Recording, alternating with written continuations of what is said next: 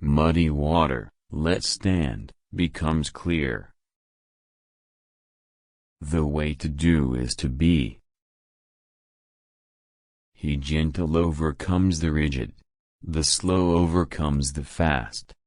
The weak overcomes the strong.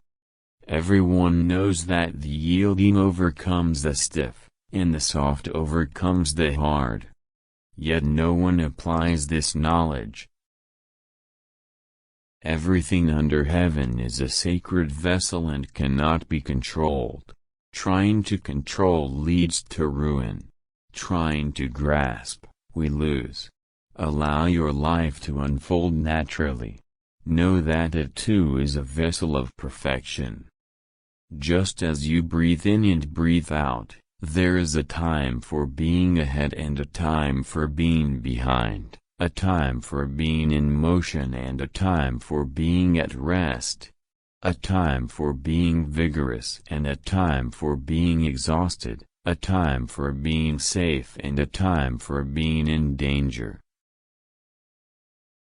Do the difficult things while they are easy and do the great things while they are small. A journey of 1,000 miles must begin with a single step. The softest things in the world overcome the hardest things in the world. Through this I know the advantage of taking no action. The flexible are preserved unbroken. The bent become straight. The empty are filled. The exhausted become renewed. The poor are enriched. The rich are confounded. Therefore the sage embraces the one.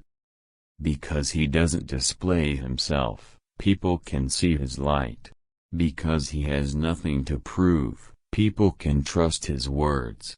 Because he doesn't know who he is, people recognize themselves in him.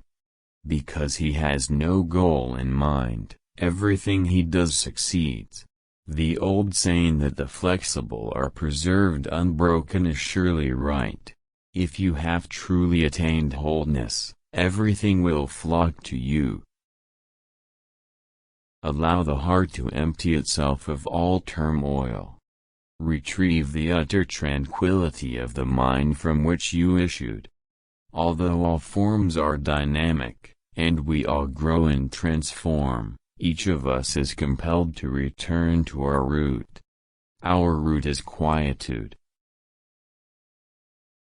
Treat those who are good with goodness, and also treat those who are not good with goodness. Thus goodness is attained. Be honest to those who are honest, and be also honest to those who are not honest. Thus honesty is attained.